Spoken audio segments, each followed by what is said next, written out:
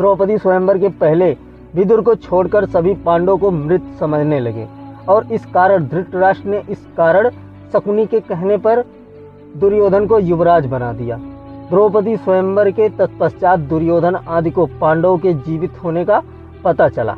पांडवों ने कौरवों से अपना राज्य मांगा, परंतु गृह युद्ध के संकट से बचने के लिए युधिष्ठिर ने कौरवों द्वारा दिए खंडर स्वरूप खंडव वन आधे राज्य के रूप में प्राप्त किया। पांडवों की पांचाल राजा द्रौपदी की पुत्री द्रौपदी से विवाह उपरांत मित्रता के बाद शक्तिशाली हो गए थे। तब हस्तिनापुर के महाराज धृतराष्ट्र ने उन्हें राज्य में बुलाया। धृतराष्ट्र ने युधिष्ठिर को संबोधित करते हुए कहा, हे कुंती पुत्र, अपने भ्राताओं के संग जो मैं कहता हूँ सुनो।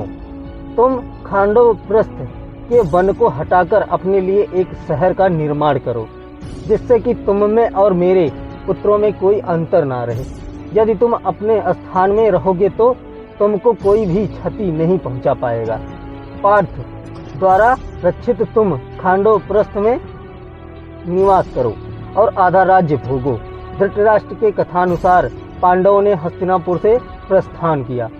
आधे राज्य के आश्वासन के साथ उन्होंने खांडवप्रस्थ के वनों को हटा दिया।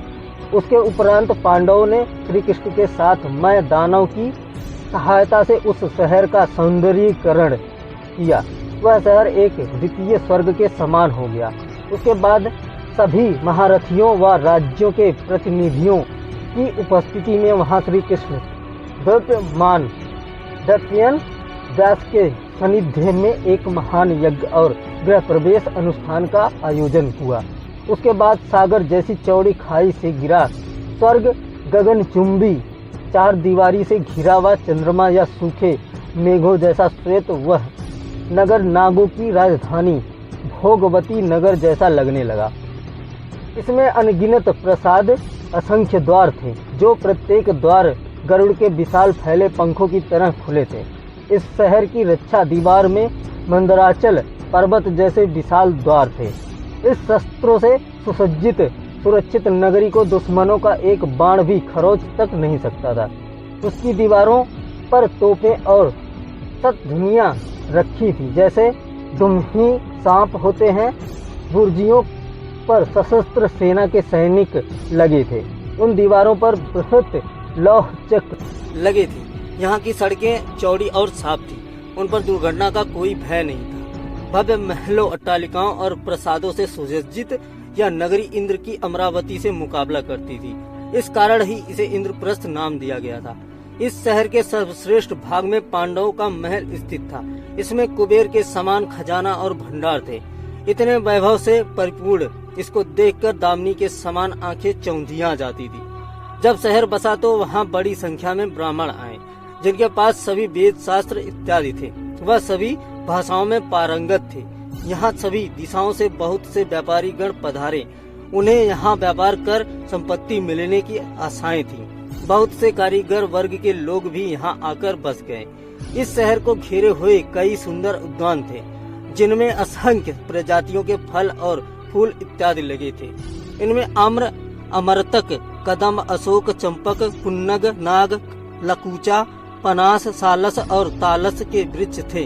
तमाल, बकुल और केतकी के महकते पेड़ थे। सुंदर और पुष्पित अमलक, जिनकी शाखाएं फलों से लदी होने के कारण झुकी रहती थी। लोद्र और सुंदर अंकोल वृक्ष भी थे। जम्बू, पाटल, कुंजक, आतिमका, करबीरस, पारिजात और ढेरों अन्य प्रकार के पेड़ पौधे लगे थे। अनेकों हरे भरे कुंज यहाँ मयूर और कोकिल ध्वनियों से गूंजते रहते थे। कई विलास गृह थे, जो कि शीशे जैसे चमकदार थे और लताओं से ढके थे। यहाँ कई कृत्रिम टीले थे और जल से ऊपर तक भरे सरोवर और झीलें, कमल तड़ाग, जिनमें हंस और बत्तखें, चक्रवाक इत्यादि किल्लोल करते रहते थे। यहाँ कई सरोवरों में बहुत से जलीय पौधों की भी भरमार थी। यहाँ रहकर शहर को भोगकर पांडवों की खुशी दिनों दिन बढ़ती गई थी। भीष्म पितामह और धृतराष्ट्र के अपने प्रति दर्शित नैतिक व्यवहार के परिणाम स्वरूप पांडवों ने खांडवप्रस्थ को इंद्रप्रस्थ में परिवर्तित कर दिया पांडु कुमार अर्जुन ने श्री कृष्ण के साथ खांडव वन को जला दिया और इंद्र के द्वारा की गई वृत्ति का अपने बाणों के छत्राकार बांधे से निवारण करते हुए अग्नि को त्रुट किया। वह अर्जुन और कृष्ण ने समस्त देवताओं को युद्ध में परास्त कर दिया। इसके फलस्वरूप अर्जुन ने अग्निदेव से दिव्य गांडीव धनुष और उत्तम रथ प्राप्त किया और कृष्ण जी ने सुदर्शन चक्र प्राप्त किया था। उन्हें युद्ध में भगवान कृष्ण जैसे सारथी मिले थे तथा उन्होंने आचार्य द्रोण से ब्रह्मास्त्र आदि दिव्य आयुध और कभी नष्ट न होने वाले बाण प्राप्त किए थे।